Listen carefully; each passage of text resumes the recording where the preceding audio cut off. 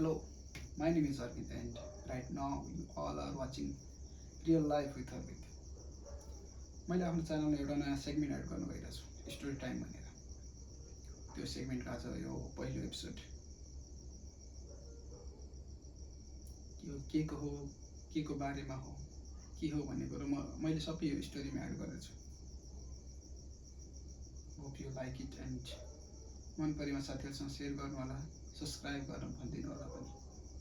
यति भन्दै आजको पहिलो एपिसोडको सुरुवात गर्छौँ। सुरुवात चाहिँ यसरी हुन्छ। उमेर एउटै, क्लास एउटै, केटीहरू धेरै तर सबैतिर बात उसकै, अनुहार उसकै, चाल उसकै, त्यो अति सुहाउँदो कालो कपाल उसकै। Hello, my name is Arvind and म मेरो लाइफको एउटा सानो पल सुनाउन गइरहेको छु। यो 6-7 वर्ष अगाडिको कुरो हो, जब म +2 मा थिएँ। म त्यतिखेर एकदम साय इन्ट्रोभर्ट थिएँ, लाइक एक्सट्रिमली। भन्नुपर्दा, बुझाउनु पर्दा, मानव म कतै गइरहेको छु र मेरो अगाडि कोही केटी आएको भए म उसलाई हिँडेर अगाडि बढेर अगाडिको नि अगाडि पुगिदिने। धेरै नै लास्टै नै लजाउँथेँ म। गाउँको सानोको साथीहरू बाहेक अरूसँग कुरो गरिँदैन थियो, झन् केटीहरू त।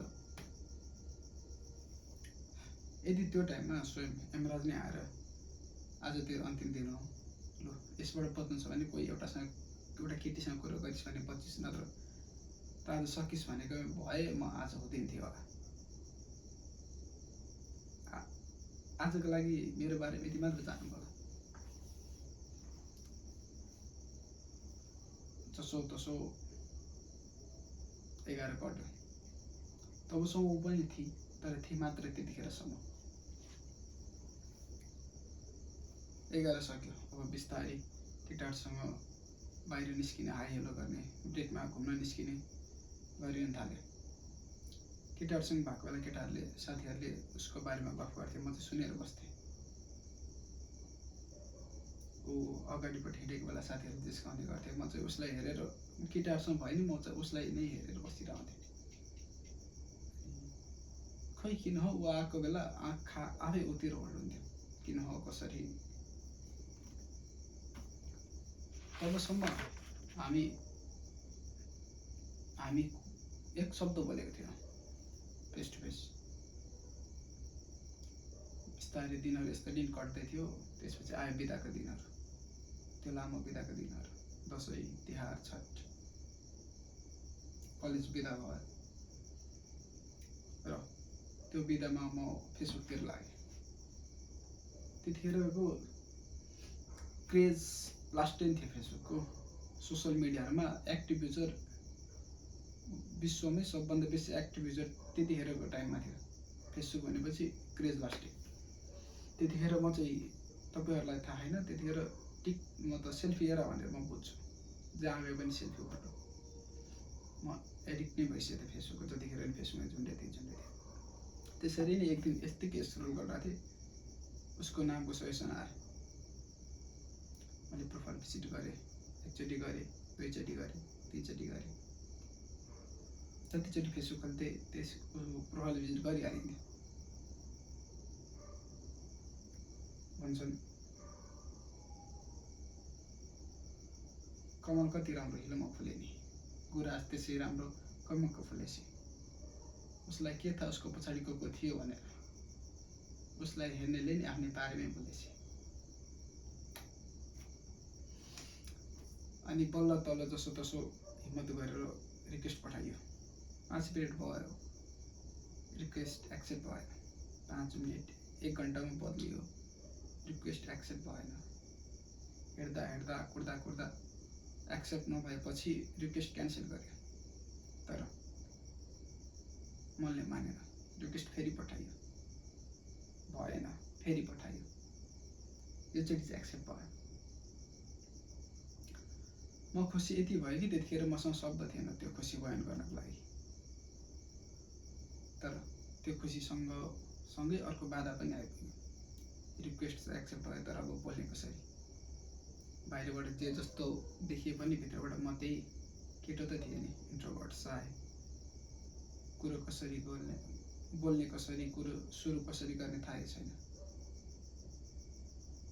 मैले टेक्स्ट गरिनँ। 1 दिन बित्यो, 2 दिन बित्यो, 3 दिन बित्यो। बिचमा म हरेक दिन प्रोफाइल भिजिट गरेर आउँथेँ।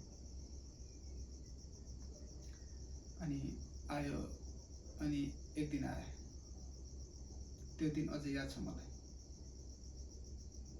त्यो दिन र उसको आँखा। त्यतिखेर त्यो सुन्दरता बयान गर्न मसँग शब्द थिएन। र आज आँखा।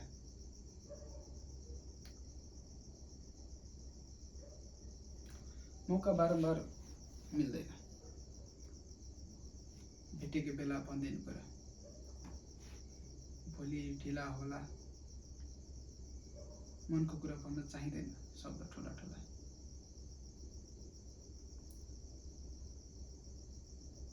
बजारमा देखेको र भेटेको थियौँ हामी। मलाई अझै पनि याद छ, उनले सोधेको थिए के छ भनेर सोद्धाखेरि म चाहिँ मुन्टो हल्लाउँदै ठिक छ भनेर हतार हतार हिँडिहालेको थिएँ।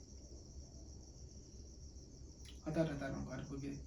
साँझ पऱ्यो, बेलुकातिर मैले टेक्स्ट गरेँ हाई भनेर। रिप्लाई आयो।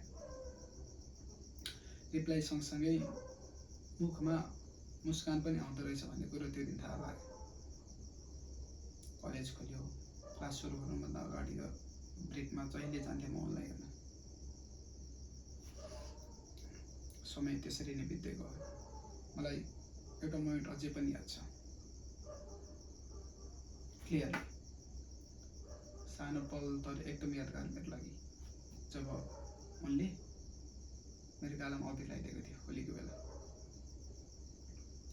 बेस्ट मोमेन्ट, सायद नै बिर्सिन्छु होला। एउटा कुरो अझै भन्नु बिर्सेँ। ड्युरिङ अल दिस हामी एकअर्कासँग अहिलेसम्म फेस टु फेस कुरो गरेको थियौँ। म कुरो गर्न सकेकै थिइनँ।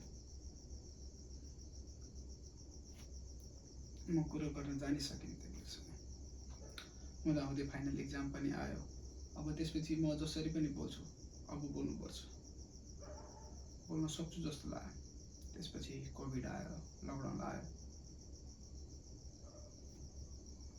लामो समयसम्म हाम्रो धेरै कुरै भएन। ब्याक इन माई हेड चाहिँ थियो, कलेज खोलेपछि हाम्रो भेट भइहाल्छ नि, भेटेको बेला कुरो गरिन्छ भनेर। तर त्यो भेट कहिले भएन।